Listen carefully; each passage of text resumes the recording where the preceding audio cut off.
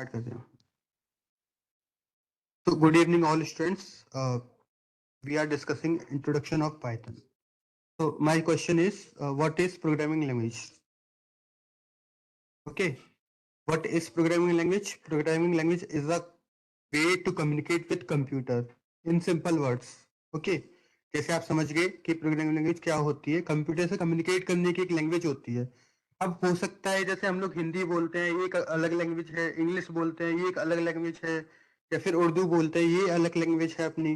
तो ऐसे ही computer programming में भी बहुत सारी लैंग्वेजेस होती हैं, सी++, पाइथन, जावा, सी शार्प, रस्ट। ठीक है, बहुत सारी है, बहुत सारी। आप गिनते गिनते परेशान हो जाएंगे, बहुत सारी लैंग्वेजेस हैं। ये कह ले कि आप काउंट नहीं कर सकते, हर दिन कुछ ना कुछ नया बनता रहता है इसमें। ठीक है, आपको समझ में आया होगा प्रोग्रामिंग लैंग्वेज क्या होती है। एक और क्या होता है फिर, कोई बता सकता है हाई लेवल क्या होता है?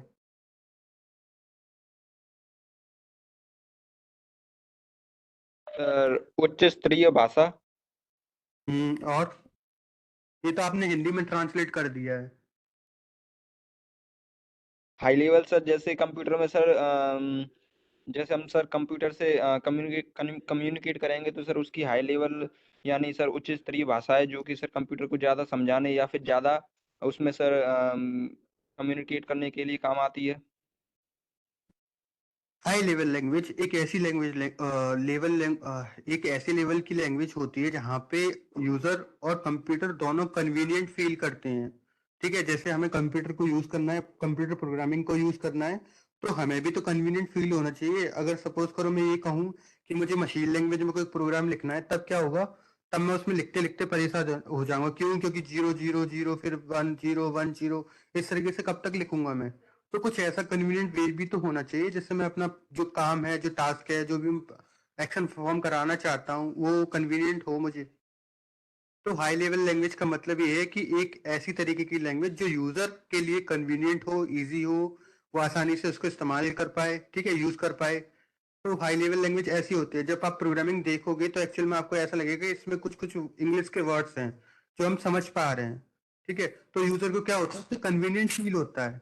और आप जितनी भी लैंग्वेजेस देखोगे अपनी लाइफ में, सी++, जावा, पाइथन या कोई और लैंग्वेजेस है, ठीक है, वो कैसी लैंग्वेजेस हैं? हाई लेवल लैंग्वेजेस हैं जहाँ पे यूजर के लिए कन्वीनियंट फील होता है। यूजर क्या करता है, उनको आसानी से समझ सकता है। ठीक है, ये आपका हाई लेवल लैंग्वेज हो गया। अब आता है जनरल पर्पस क्या है फिर। What is general purpose?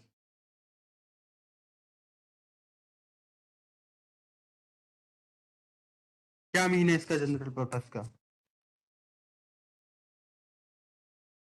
सब बेसिक रिक्वायरमेंट पूरी करने के लिए जनरल पर्पस। ओके, और सिंपल प्रोग्राम बनाने के लिए। ठीक है, और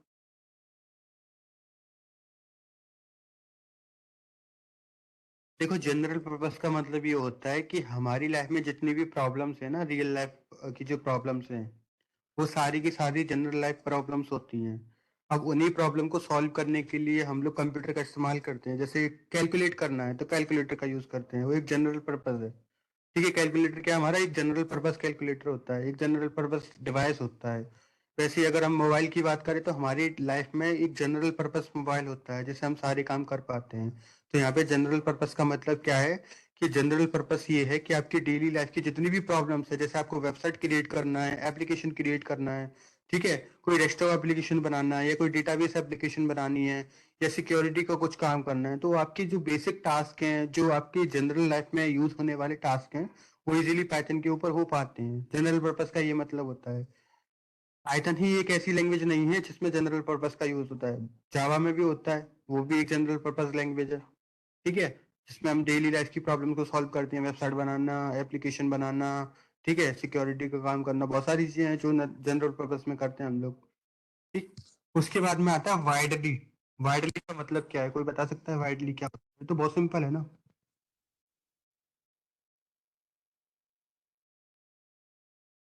सर फैला हुआ। वाइडली का मतलब होता है कि पूरे उसमें कंप्यूटर वर्ल्ड में ये सबसे ज्यादा यूज होने वाली और वाइडली का मतलब ये कि हर जगह पे यूज होने वाली, आप चाहे इंडिया में रहते हो तब भी यूज हो रही है, यूएस में रहते हो तब भी यूज हो रही है, चाइना में रहते हो तब भी यूज हो रही है, आप किसी भी देश में चले जाएं हर देश में आपको ये मिल जाएगी। ये वाइडली होती है। वाइडली का मतलब क्या है कि हर देश में फैली। आप किसी भी देश में चले जाएं पाइथन का यूज आपको कहीं ना कहीं दिख जाएगा। जब आप कंप्यूटर वर्ल्ड में देखोगे पूरे में, तो आपको कंप्यूटर वर्ल्ड में पूरे में आपको पाइथन दिखेगी। मैं भी आपको एक इंडेक्स दिखाऊंगा जिससे आपको पता चलेगा कि पाइथन की रिक्वायरमेंट कितनी होती है, सी प्लस प्लस की कितनी रिक्वायरमेंट होती है, और अदर लैंग्वेजेस की कितनी रिक्वायरमेंट होती है। ठीक है, कितना ज्यादा कंपनीज के अंदर इनको डिमांड किया जाता है, वो अभी मैं दिखाऊंगा आपको। अब देखो, इसको बनाया किसने? हर लैंग्वेज का एक डेवलपर होता है। ठीक है, इसका भी कोई डेवलपर होगा। डेवलपर का मतलब क्या होता है? देखो, डेवलपर का मतलब होता है कि इन्वेंटर, जिसने इन्वेंट की हो। हमारी लैंग्वेज है हिंदी, ठीक है, हिंदी को किसी ने इन्वेंट किया होगा। संस्कृत है, संस्कृत को किसी ने इन्वेंट किया होगा। उर्दू है, उर्दू को किसी ने इन्वेंट किया होगा। इंग्लिश है, इंग्लिश को किसी ने इन्वेंट किया होगा। ऐसी प्रोग्रामिंग लैंग्वेजेस होती है जिनको किसी ने इन्वेंट किया होगा। अब हम ये कहें कि ये अपने आप आई होगी, तो अपने आप कहाँ से आ सकती है? किसी ने इन्वेंट की होगी ना, तभी तो आई है। आप जब फिजिक्स में देखोगे तो हर लॉ है बहुत सारे। ठीक है, कुछ रूल्स हैं फिजिक्स से, वो किसी ने क्रिएट किए हैं, किसी ने बनाए हैं, उन पर रिसर्च की होगी तभी तो बनाए हैं। जैसे न्यूटन का लॉ है ग्रेविटेशन, ठीक है, आइंस्टाइन ने लॉस दिए अपने, रूल्स दिए अपने, तो वो उन्होंने इन्वेंट किए, तभी तो हम उनके नाम से जानते हैं उनको। तो ऐसे ही एक प्रोग्रामिंग लैंग्वेज किसी ने इन्वेंट की होगी, उस डेवलपर का नाम भी होगा कुछ। तो यहाँ पे उसका नाम क्या है? जो पाइथन को करने वाले, क्रिएट करने वाले कौन है? ग्विडो वैन रॉसम। ठीक है, जो को डेवलप किया था। ये एग्जाम में आ सकता है, तो आप एक बार याद रखना, जो भी आप ऊपर पढ़ रहे हैं ना, Python is a widely general purpose, ये सब आपको दिमाग के अंदर रखना पड़ेगा। तभी मैंने इतना सारा लिखा है और बहुत शॉर्ट में लिखा है तो बहुत लॉन्ग, लेकिन मैंने आपको उतनी ही नॉलेज दी है यहाँ पे जितनी आपको रिक्वायरमेंट है। बाकी का हिस्ट्री बहुत बड़ी है इसकी, हम पढ़ते पढ़ते ही परेशान हो जाते हैं उसको। नहीं बताना है जितना आपको एक्चुअल में नीड है, बाकी का मैं बाद में बता दूंगा। अभी फिलहाल जितना नीड है उतना है। किसने डेवलप की थी? ये क्विडो वन रॉसम ने। ठीक है, कब डेवलप की थी? 1991 में। अब देखो, 1991 में जावा भी आई थी, 1995 में जावा भी आई थी। जावा भी बहुत पॉपुलर है। सी प्लस इससे पहले चल रही थी। ठीक है, जावा स्क्रिप्ट है, वो भी चल रही है। तो बहुत सारी लैंग्वेजेस हैं जो इस एज पीरियड में आई थी। ठीक है, 1991 के बीच में, 1991, 1980, 85, इस एज में आई थी। समझ में आ रहा है आपको कुछ पाइथन में क्या चल रहा है अभी?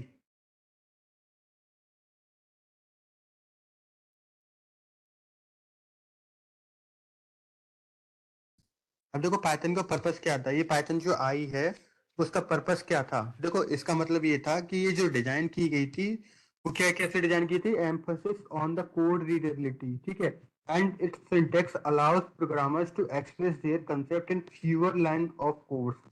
जैसे हम सी प्लस प्लस जावा की बात करें तो हमें बहुत सारा कोड लिखना पड़ता है वहां पे, तब जाके हम लोग कुछ समझ पाते हैं, कुछ काम कर पाते हैं। लेकिन पाइथन में क्या था कि बहुत कम आपको लिखना पड़ेगा, और आप उसी बहुत कम लिखे में क्या कर सकते हैं? अपनी जो बात है, जो भी आपका कंसेप्ट है, उसको एक्सप्रेस कर सकते हैं, उसको इम्प्लीमेंट कर सकते हैं। जैसे मुझे कोई वैल्यू प्रिंट करानी है, मुझे अपना नाम ही प्रिंट कराना है, तो जैसे मैं जावा की बात करूँ, सी प्लस प्लस की बात करूँ, तो उनका सिंटैक्स बहुत बड़ा बड़ा है। पहले आपको सिंटेक्स लिखना पड़ेगा। जैसे जावा की बात करें तो 12-13 लाइन का आपका सिंटेक्स ही सिंटेक्स होता है वो। उसके बाद जब जाके आप एक प्रिंट का फंक्शन लिखेंगे, उसके बाद अपना नाम प्रिंट कराएंगे। लेकिन पाइथन के अंदर क्या है? सीधा प्रिंट लिखो, आपका नाम प्रिंट हो जाएगा। तो पाइथन के अंदर ये एक खूबी है इसकी। ठीक है, एक फीचर है इसका पाइथन का। उसके बाद में, Python is a programming language that let's you work quickly and integrate system more efficiently. ठीक है, मतलब क्या था इसका? कि ये बहुत क्या है, क्विकली एंड इंटीग्रेट सिस्टम। ठीक है, जो सिस्टम्स होते हैं उनको इंटीग्रेट करने का काम करती है, और एफिशिएंट बहुत ज्यादा है ये। अब देखो, इसके दो वर्जन थे। जो सबसे पहले वर्जन आया था ना, पाइथन वन, वो पाइथन वन किसी वजह से थोड़ा सा चल नहीं पाता था, या उसमें फीचर्स कम थे, तो उसको गिनते नहीं है हम लोग। पाइथन टू जो है ना, वो हमारे बहुत ज्यादा इंपॉर्टेंट है। पाइथन टू बहुत ज्यादा काम हुआ था इस पे 2008 के बाद में। पाइथन थ्री आया, जब पाइथन थ्री आया था आपका, तो हमने पाइथन थ्री को बहुत ज्यादा यूज किया। पाइथन टू पे हुआ है हमारा। ठीक है, ये इसके दो मेन वर्जन है। वर्जन बहुत सारे पाइथन के, हमें मेन वर्जन के बारे में बता रहे हैं आपको। ठीक है, Python two and Python three, जो बहुत ज्यादा इम्पोर्टेंट है हमारे लिए, लेकिन इनमें थोड़ी सी डिफरेंट कुछ इसमें भी डिफरेंट था, कुछ ना कुछ डिफरेंट था। तो क्या हुआ कि पाइथन 3 में और पाइथन डिफरेंस है वो हम आगे डिस्कस करेंगे क्या है। ठीक है, अब देखो फीचर्स ऑफ पाइथन। जैसे प्लेटफॉर्म इंडिपेंडेंट का मतलब क्या होता है?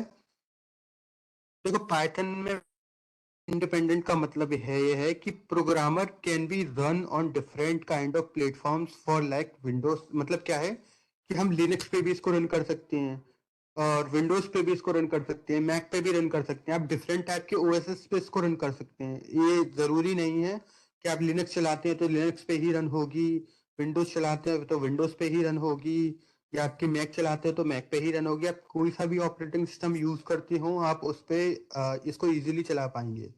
ठीक है, इसलिए आपको थोड़ा सा इंट्रोडक्शन दिया गया था ऑपरेटिंग सिस्टम का, जिससे आपको प्लेटफॉर्म इंडिपेंडेंट जो है वो समझ में आता है। प्लेटफॉर्म इंडिपेंडेंट का मतलब क्या है कि आप डिफरेंट टाइप्स के ओएसएस पे इसको इजीली रन कर सकते हैं। इस सबको सपोर्ट करती है। ऑब्जेक्ट ओरिएंटेड, देखो ऑब्जेक्ट ओरिएंटेड जो है ना वो क्या है, एक प्रोग्रामिंग का स्ट्रक्चर होता है, ठीक है, जिसको हम ऑब्जेक्ट ओरिएंटेड कहते हैं। जहाँ पे हमारा डेटा एब्स्ट्रैक्शन आता है, ठीक है, क्लासेस आती हैं, ऑब्जेक्ट्स आते हैं, जिनकी मदद से हम लोग अपने कोड को और ज्यादा एफिशिएंट बनाते हैं। ठीक है, हम आगे डिस्कस करेंगे कि ऑब्जेक्ट ओरिएंटेड कैसे यूज होता है। उसके बाद में फ्लेक्सिबल का मतलब क्या, कोई बता सकता है फ्लेक्सिबल क्या होता है? जैसे वर्ड से समझ में आना चाहिए आपको फ्लेक्सिबल क्या होता है, कोई बता सकता है?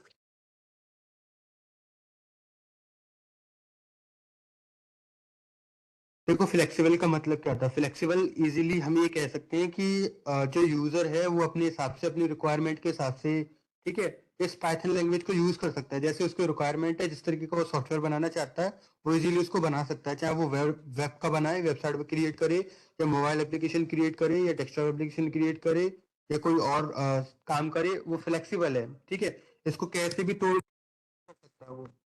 ठीक है, तो क्या है फ्लेक्सिबल का मतलब कि जैसे चाहे वैसे वो मॉडिफाई कर सकता है यूजर इसको।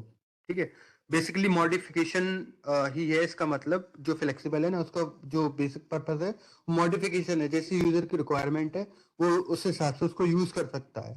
ठीक है, अब देखो स्ट्रक्चर ओरिएंटेड है। स्ट्रक्चर फिक्स जो आपका स्ट्रक्चर वही होगा।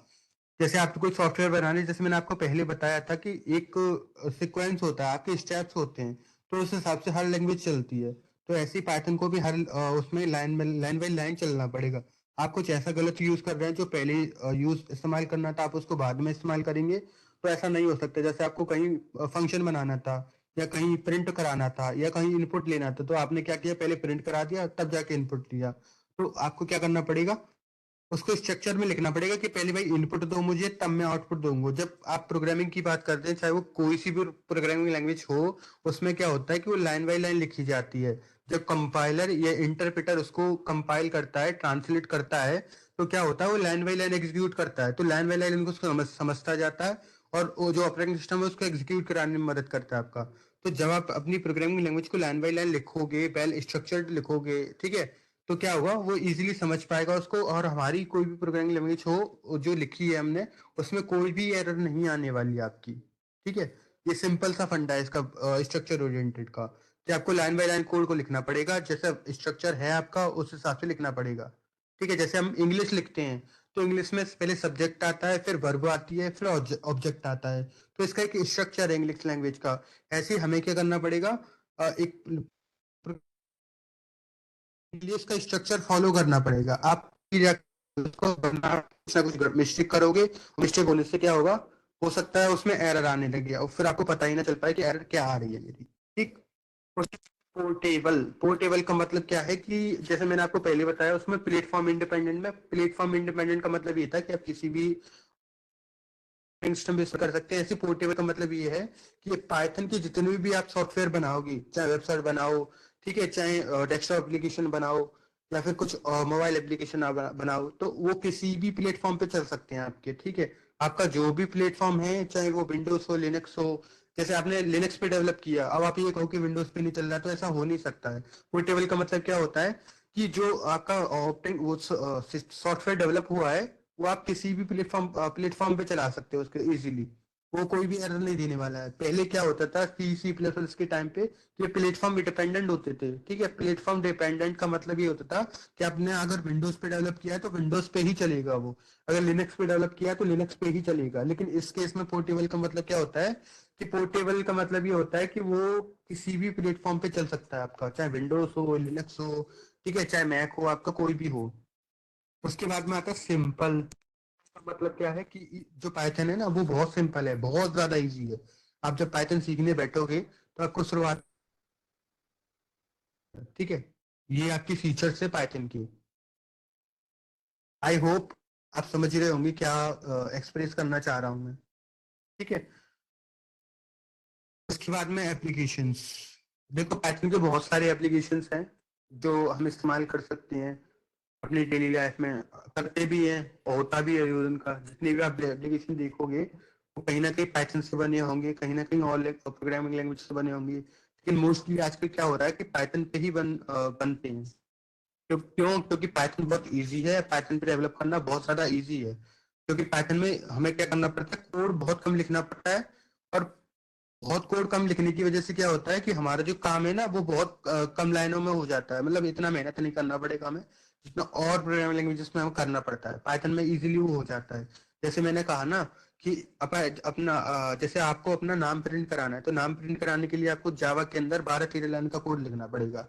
अब नाम प्रिंट कराने के लिए इतना काम करना पड़ रहा है तो और का क्या होगा, जब कोई और काम कर रहे होंगे तब क्या होगा, तो तब के लिए अलग कंडीशन होंगी। लेकिन पाइथन के अंदर क्या है कि जैसे आपको नाम प्रिंट कराना है तो सीधा एक लाइन लिखो प्रिंट।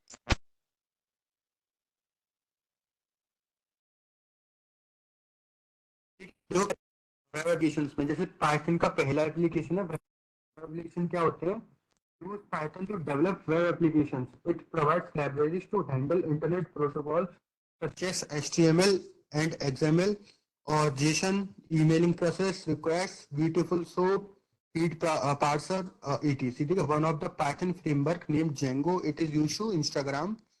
ठीक है, Python provides many useful frameworks and these are given below. मतलब क्या है इसका, जैसे आप वेबसाइट चाहते हैं पाइथन की मदद से तो क्या करना पड़ेगा आपको, पाइथन के अंदर जेंगो नाम का एक फ्रेमवर्क आता है उसको इस्तेमाल करना पड़ेगा। जैसे देखो यहाँ पे क्या लगा है, name Django is used on Instagram. ये ऑलरेडी इंस्टाग्राम में यूज हो रहा है आपका, लेकिन हमें क्या करना है कि जब जब भी हमें कोई वेब एप्लीकेशन बनानी है तो हम क्या करेंगे, जेंगो नाम के फ्रेमवर्क को यूज करेंगे जो हमारी वेबसाइट वगैरह क्रिएट करने में मदद करेगा। सर आपने पेज चेंज क्या बोला था, HTML वाला कोड कौन सी लैंग्वेज में है डालना पड़ता है। पहले मुझे पहला वाला क्वेश्चन देखने दो क्या लिखा था वो।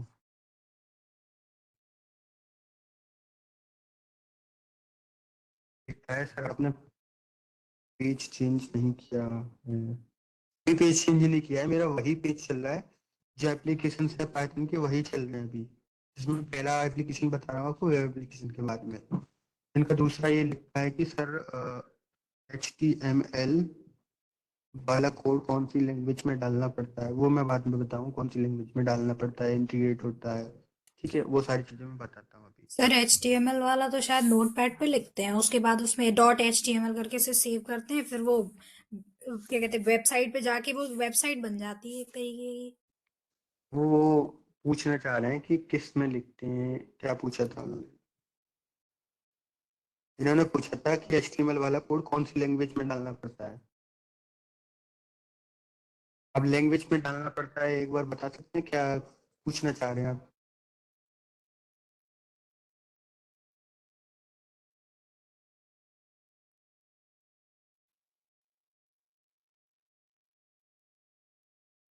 एक्सप्लेन करोगे क्या पूछना चाह रहे हैं आप, लैंग्वेज में इंटीग्रेट करने के लिए बोल रहे हैं या HTML को रन करने के लिए बोल रहे हैं सुमित।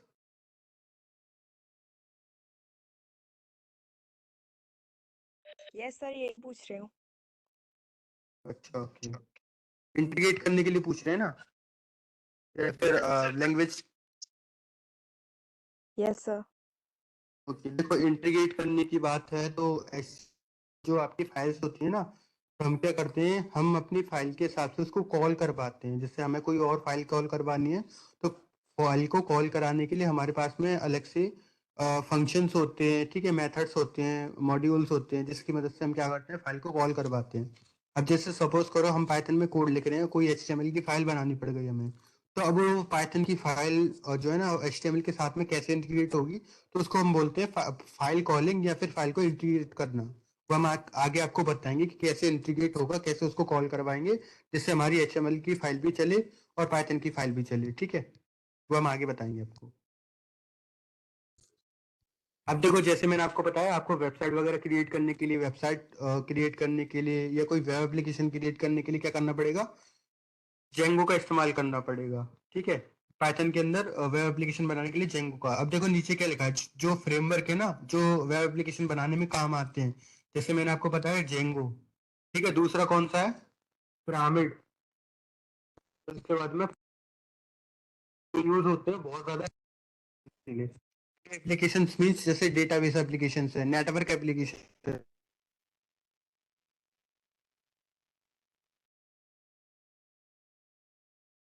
परफॉर्म होते हैं, एप्लीकेशन बनाते हैं, ठीक है। Flask and bottom micro frame मतलब छोटे छोटे सर आपकी वॉइस क्लियर नहीं बनाना आ है रही या है। कुछ छोटी वेबसाइट बनानी है। अभी आ रही है, यस सर। ठीक है। देखो क्या होता है फ्लास्क एंड बॉटम, क्या है कि माइक्रो जो ये जो फ्लास्क एंड बॉटम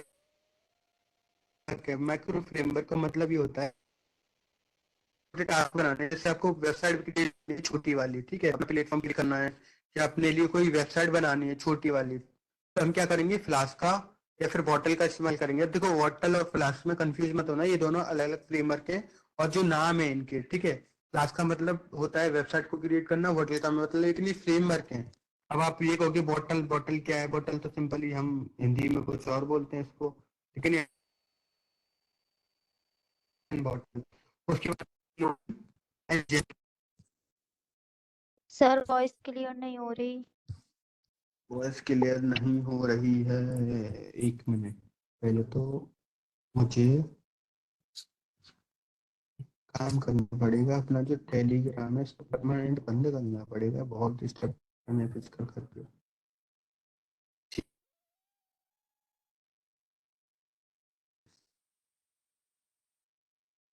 आ रही है आवाज, आ रही है आप लोगों को?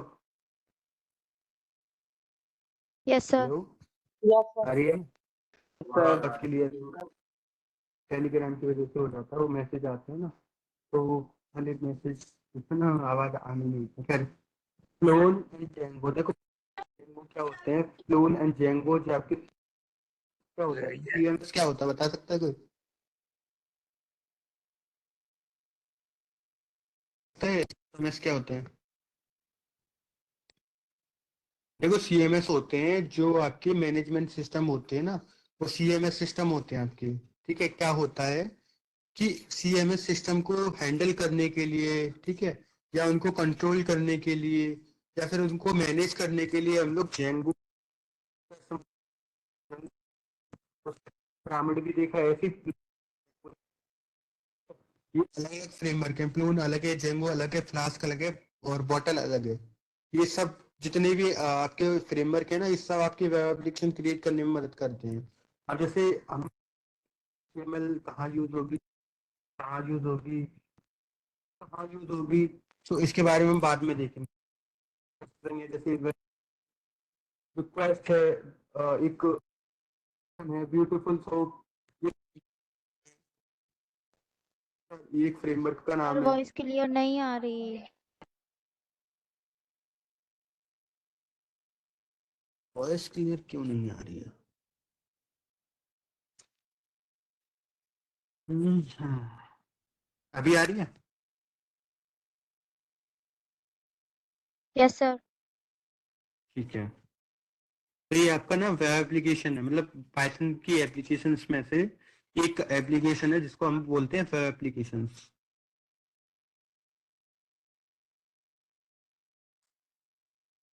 क्या था,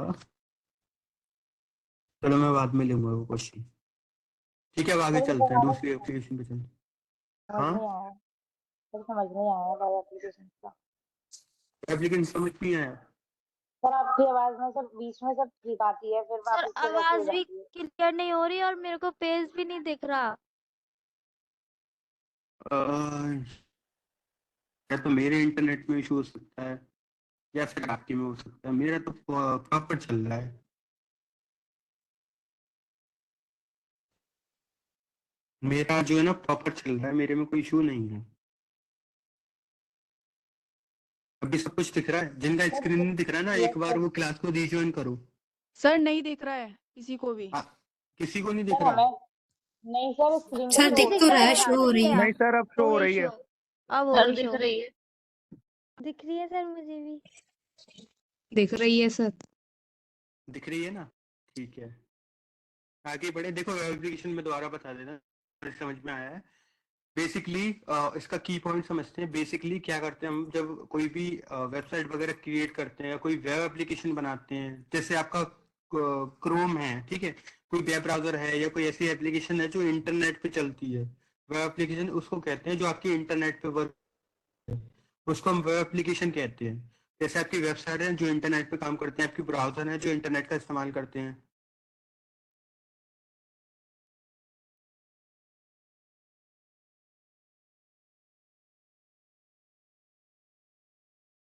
स्क्रीन कैसे बंद हो गई? सर स्क्रीन नहीं दिख रही सर। अब दिख रही है? अब दिख रही है वापस? नहीं नो सर। सर। अभी भी नहीं, मैंने वापस शेयर कर दिया सर ऑटोमेटिकली, पता नहीं लोड हो कैसे रही है स्क्रीन अभी वो बंद। स्क्रीन। लोड हो रही है ना।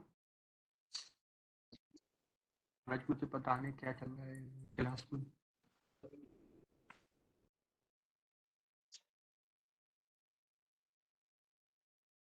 सर और ये आवाज की प्रॉब्लम हो रहा है सर, आपकी बीच बीच में सर आवाज समझ में नहीं आती है सर, कुछ कट जाती है आवाज ऐसे सर।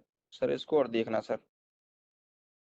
अब ये तो हो सकता है कि इंटरनेट का इशू सर हो वेब सकता है। एप्लीकेशन फिर से समझा दीजिएगा। ठीक है, वो तो समझा दूंगा, पहले ये बताओ स्क्रीन दिखाई दे रही है और आवाज क्लियर आ रही है कि नहीं आ रही है? दे रही सर आवाज सर क्लियर आ रही है सर, लेकिन स्क्रीन दिखाई नहीं दे रही। Yes sir.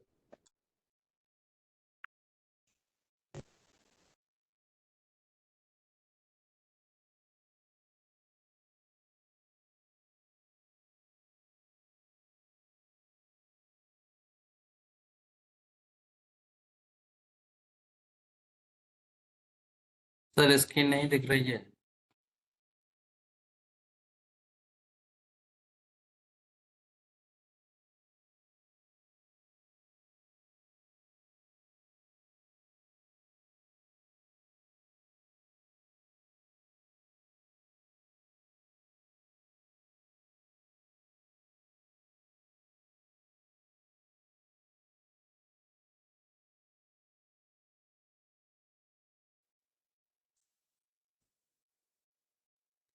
ठीक है, उसके बाद में प्लोन एंड जेंगो। प्लोन एंड जेंगो वही बताया कि जो सीएमएस होते हैं आपके, यानी मैनेजमेंट सिस्टम जो होते हैं ना, वो आपके प्लोन या फिर जेंगो पे बने होते हैं। ठीक है, ये आपको वेब एप्लीकेशन समझ में आ गई अब? Yes sir. ओके, अभी भी कोई इश्यू आप लोगों को?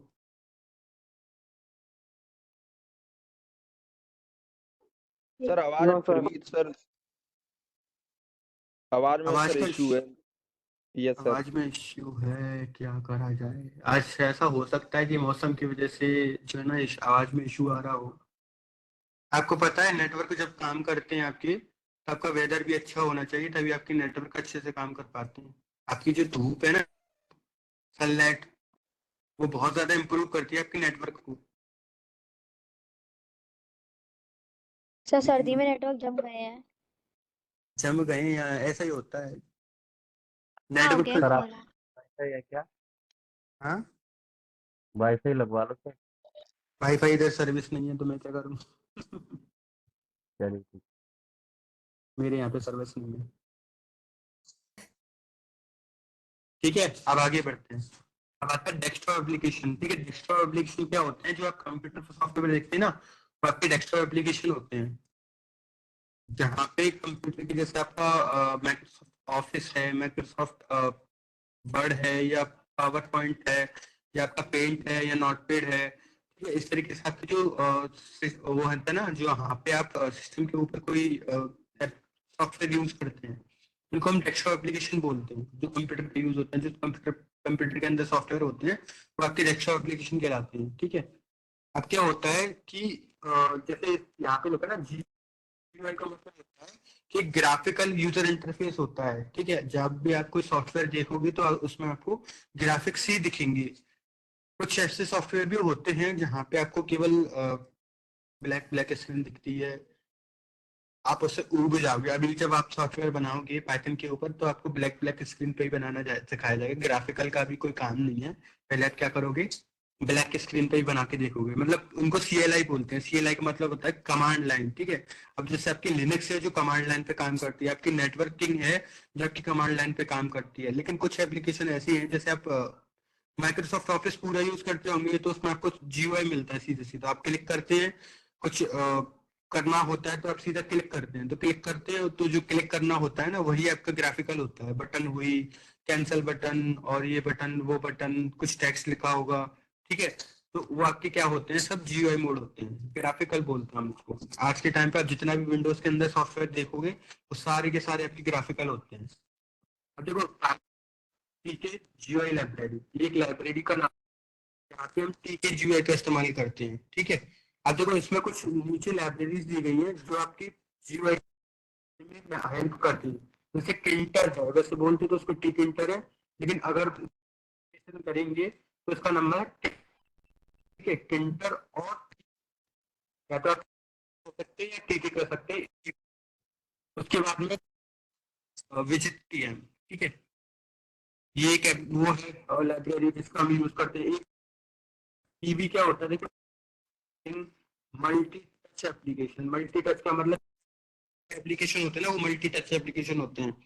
तो उस तरीके से कोई एप्लीकेशन आपको बनाना है, तो वहाँ पे हम की भी, उसके बाद हम पाई साइड डेस्कटॉप एप्लीकेशन क्रिएट करने में मदद करती है। एक लाइब्रेरीज होती हैं जो आपकी पाइथन है, ओ सॉरी, डेस्कटॉप एप्लीकेशन क्रिएट करने में मदद करती हैं। ठीक है, आया समझ में? सर ये बहुत डेस्कटॉप, कम समझ में आया है सर ये। देखो कुछ नहीं है इसका, सीधा सा पर्पस यही है कि ग्राफिकल आपको सॉफ्टवेयर बनाना है। ठीक है, कंप्यूटर के ऊपर यूज होने वाले जो सॉफ्टवेयर होते हैं ना, उनको हम डेस्कटॉप एप्लीकेशन कहते हैं, और वो ग्राफिकल होते हैं। मतलब होते हैं, टेक्स्ट होता है। ठीक है, इस तरीके से वो होते हैं आपकी ग्राफिकल यूजर इंटरफेस के एप्लीकेशंस। ठीक है, अब डेस्कटॉप एप्लीकेशन का मैंने आपको मतलब बता दिया। जो आपके कंप्यूटर पे सॉफ्टवेयर होते हैं उनको हम डेस्कटॉप एप्लीकेशन कहते हैं। और इनको बनाने के लिए जैसे पाइथन ने कुछ लाइब्रेरीज प्रोवाइड की हुई है, TK GUI। ठीक है, टिल्टर है, TK है, WX विजिट हैम है, कीबी है, PyQt है, पाईसाइड है। इस तरीके से बहुत सारी लाइब्रेरीज हैं जिनकी मदद से हम लोग डेस्कटॉप एप्लीकेशन बनाते हैं। इनके अंदर कंटेंट बहुत ज्यादा था, मैंने उसको बहुत कंप्रेस किया है, तब जाके आपको समझा पा रहे हैं। वरना आप कंटेंट देखोगे इनके अंदर कि डेस्कटॉप एप्लीकेशन क्या होती है, कैसे बनती हैं, बहुत सारी चीजें हैं। लेकिन हमने क्या किया, आपको बस थोड़ा सा टेक्स्ट लिखा हुआ है, उसके बाद में आपको बस लाइब्रेरीज बता दें डायरेक्टली, और आपको समझा रहे हैं उसके बारे में। वरना इसके बारे में बहुत कुछ है। यहाँ पे पर्पस हमारा ये है कि आपको थोड़ा सा माइंड मैपिंग हो जाए कि पाइथन क्या हो रहा है पाइथन के अंदर। अगर आप पढ़ाने बैठेंगे तो फिर आप भूल जाओगे। ठीक है, आपके डेस्कटॉप एप्लीकेशंस होते हैं, डेस्कटॉप GUI एप्लीकेशंस। उसके बाद में कंसोल बेस्ड। कंसोल बेस्ड का मतलब क्या होता है, जैसे अभी मैंने अब आपको बताया ना, काली काली स्क्रीन आएगी आपको। ठीक है, उस पर आपको कुछ लिखना पड़ेगा, वो वर्क करेगा, फिर आपको उस पर कुछ लिखोगे, फिर वो वर्क करेगा। वहां पे आपको कोई भी बटन नहीं मिलने वाली, कोई भी इंटरफेस नहीं मिलने वाला। ठीक है, ऐसा कुछ नहीं मिलने वाला जहाँ पे आप माउस का यूज करेंगे। आपको कुछ टाइप करना पड़ेगा, तो उसकी बेस पे काम करेगा। तो उसको हम बोलते हैं कंसोल बेस्ड एप्लीकेशन। जैसे आप देखोगे ना, जैसे हम लिनक्स की बात करें तो लिनक्स एक ऐसा ऑप्शन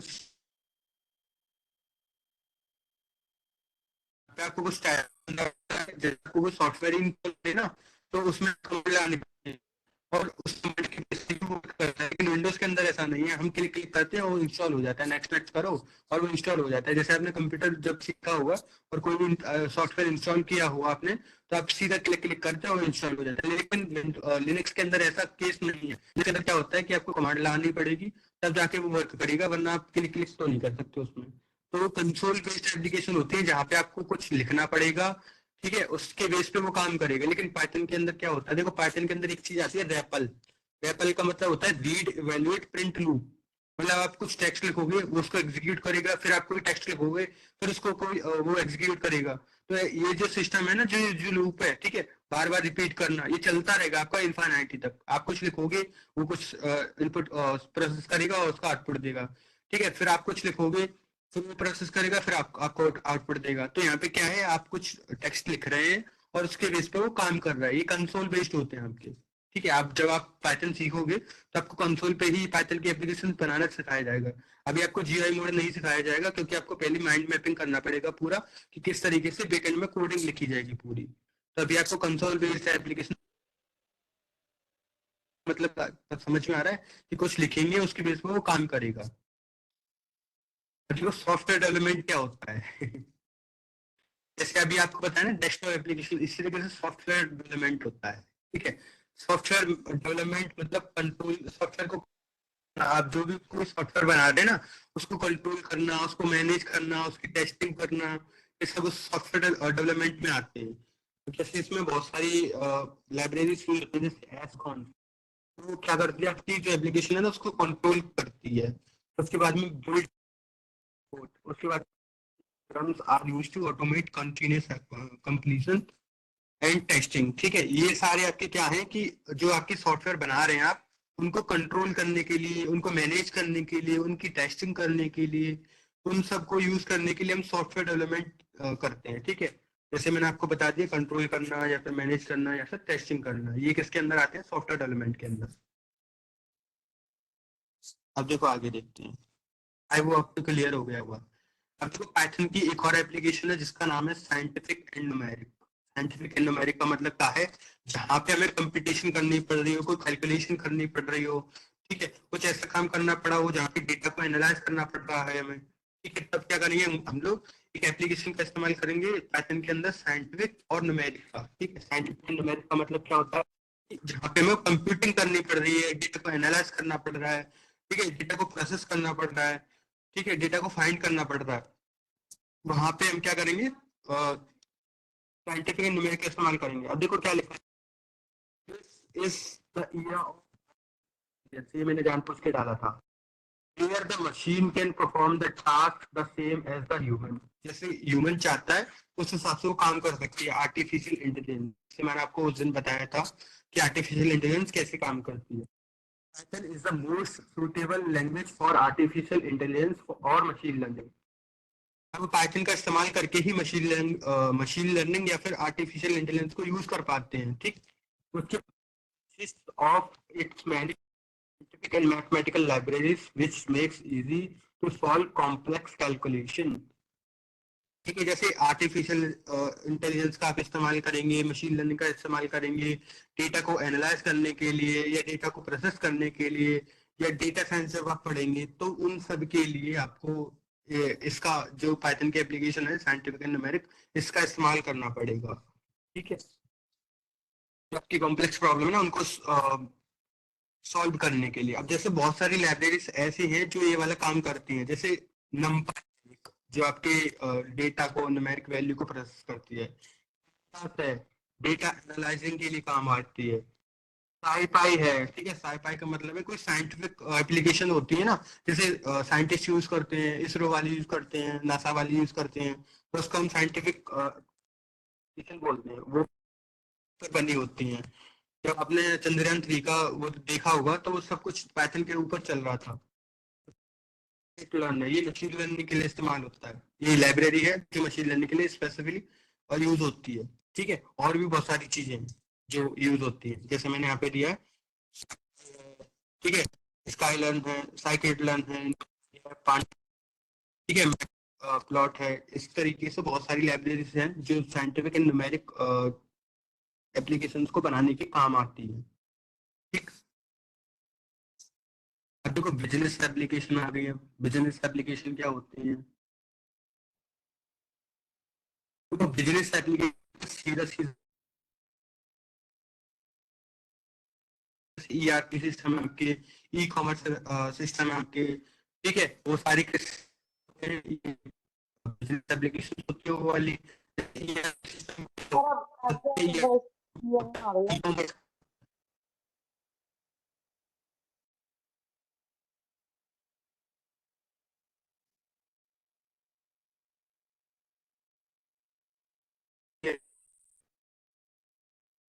नहीं नो आ रही सर सर अभी भी।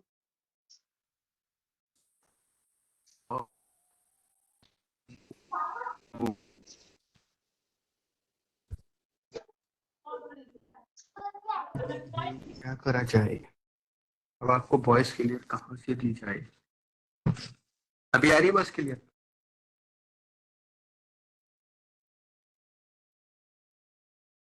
Voice clear? Yes sir. Yes sir. देखो मुझे एक एरर मिल रही है जिसमें ये लिखा है कि आप जो है को नहीं फेस आ कर रही रहे हैं कभी बार कभी बार। आवाज। मेरी तरफ से ना थोड़ा हाँ मुझे पता है, मेरे पास मैसेज आ चुका है कि नेटवर्क प्रॉब्लम है।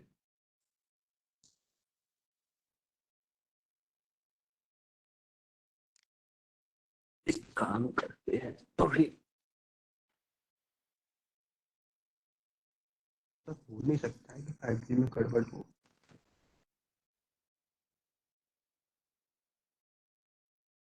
5G नहीं काम कर रहा, कोई बात नहीं, हमारे पास तो 4G भी है, 4G कोशिश कर लेते हैं।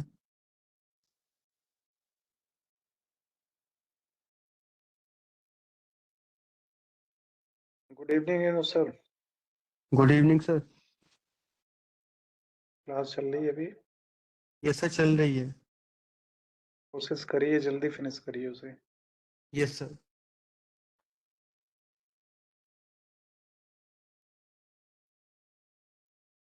अभी वॉइस क्लियर हुई? Yes sir. ओके। देखो हम लोग थे बिजनेस एप्लीकेशंस पे। बिजनेस एप्लीकेशंस क्या होते हैं, कोई बता सकता है बिजनेस एप्लीकेशंस क्या होते हैं? ई कॉमर्स क्या होता है या ईआरपी सिस्टम क्या होते हैं?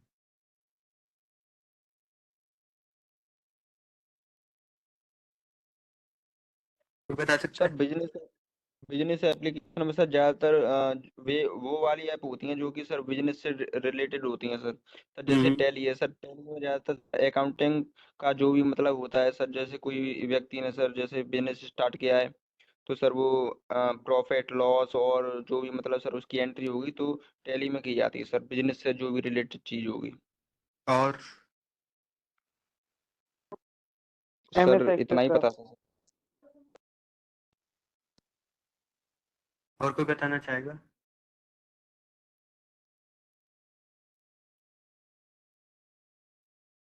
अच्छा, कोई बता सकता है कि जो स्टॉक मार्केट में हम इन्वेस्ट करते हैं या फिर जो स्टॉक मार्केट है पूरा, वो किस तरीके का वो होगा?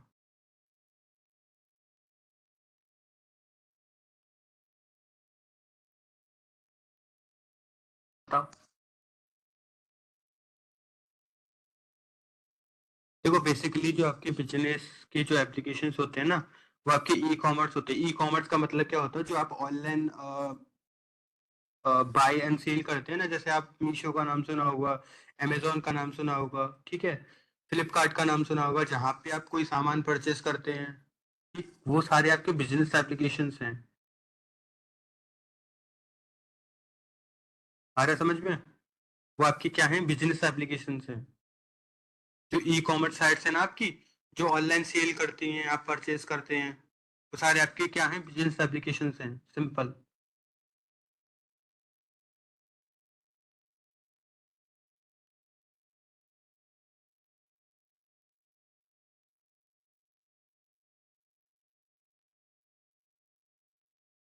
आवाज आ रही है मेरी? Yes yes sir. Sir. Yes sir. आपको समझ में आया कि जो आपकी ई कॉमर्स वेबसाइट्स है ना, जितनी भी आपकी ई कॉमर्स वेबसाइट हैं या आपको ऑनलाइन सामान जो बेचती हैं, वो क्या है, आपकी बिजनेस एप्लीकेशंस हैं।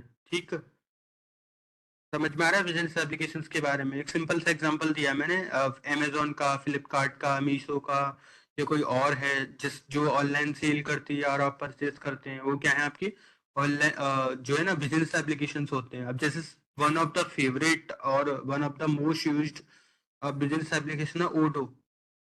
ठीक है, अब ओडो क्या है, जो आपके बिजनेस का मैनेजमेंट है ना उसको रखने के काम आता है। जैसे आपने टैली देखी होगी ना, वो क्या करती है, आपकी पूरा जो फाइनेंशियल रिकॉर्ड होते हैं उसको मैनेज करने के काम आते हैं। लेकिन ऑडो एक ऐसी एप्लीकेशन है जहाँ पे सारी चीजें आपको मिल जाती हैं, जो आपके पूरे बिजनेस को क्या करती है, मैनेज करके रखती हैं। ठीक है, एक ऑडो नाम की। Excuse me Anuj sir, yes sir.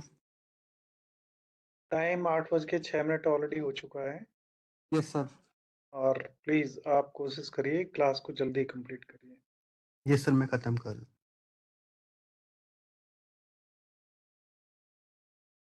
ठीक है, ऑडो एक जो है ना आपकी बिजनेस मैनेजमेंट एप्लीकेशन है।